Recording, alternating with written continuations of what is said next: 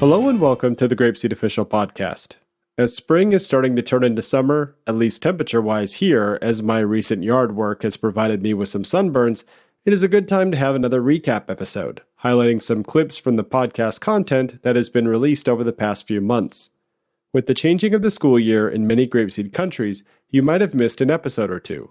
Or you might be a brand new GrapeSEED teacher. If you are, a big welcome to our global family. This will be a great podcast to start with and get you oriented on what kind of content is released on the podcast and what you might want to go back and listen to first. As the last recap was back in episode 113, we'll be looking at episodes 114 to the present. An update on the This and That series is a good place to start, with two excellent episodes that came out. 114 on the English environment and 124 on writers are highly recommended listens, as they can benefit any GrapeSEED teacher, from a brand new one to a many-year veteran. As with most This and That episodes, these are longer form, big-picture looks at important elements of GrapeSEED. What I personally love about these is that they help me understand the design of GrapeSEED on a deeper level.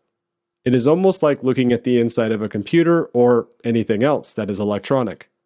The parts themselves are great, but the real magic is seeing how it all fits together and works in harmony. Even during the recording of the This and That on writers, I found myself thinking, oh yeah, that's how that works, as I listened to some of Miklos's points.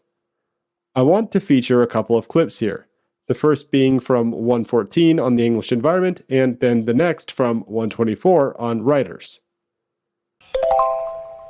I think it comes back to culture building, and we talk about that a lot on this podcast, building a culture in your classroom for different kinds of things. But in this particular case, I hear what you're saying, Miklos, and I kind of understand that, yes, you don't want to necessarily be every day yelling no Japanese at your kids if they're using Japanese in class, for example. Yeah.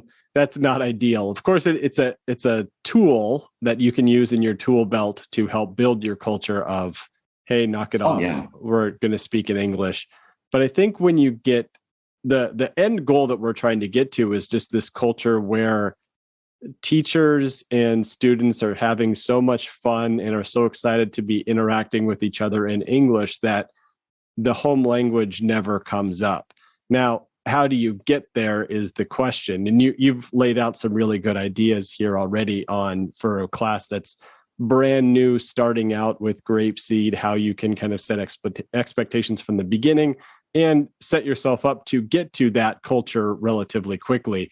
But I think there's a lot of teachers out there who are listening who are in the boat of, okay, I've inherited this class from the teacher last year, and they didn't necessarily do an excellent job of building this English culture.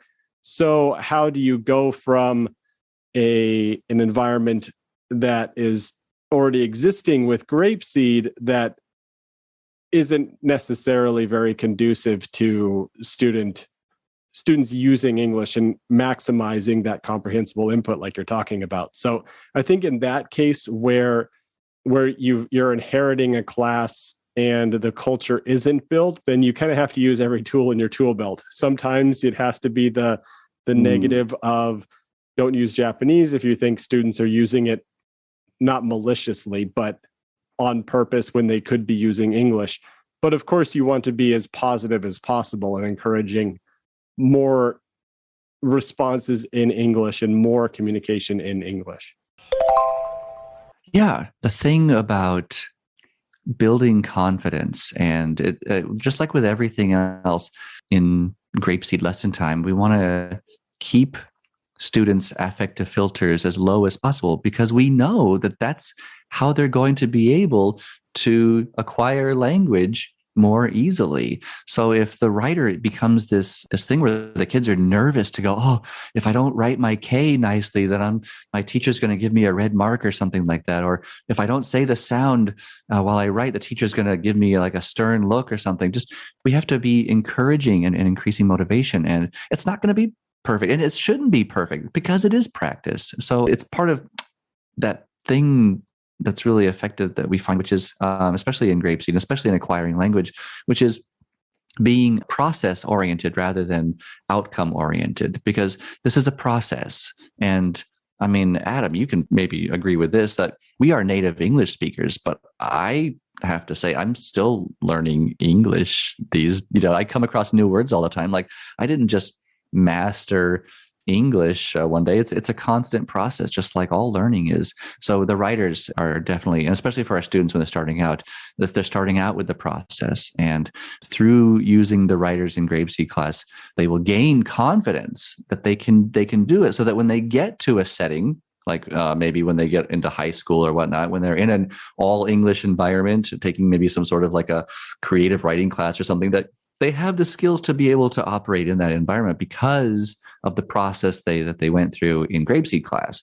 And I hope that takes pressure off of teachers as well, to have to produce these kind of unrealistic results, because, and part of it, I can understand why there is that pressure on teachers, because for parents and for surrounding school leadership who are looking at your classes, when it comes to acquiring, an oral language acquisition, there's not a lot that's visible, but the writer is a visible thing. And so people look to that. Parents will look to that as a visible assessment or proof of what their kids are doing. And so they'll be more strict on it. But we shouldn't fall prey to that, because we want people to understand, parents and surrounding school administration as well, that it's not meant to be perfect. If it is, it's great, but it probably won't be. And we want to show the process of the kids getting better at it and learning as they go. So definitely we want teachers' affective filters to be lower as well.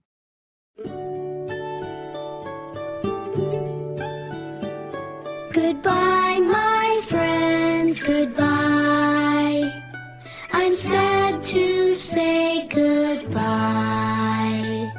It was a good day, but now I will say goodbye, my friends, goodbye.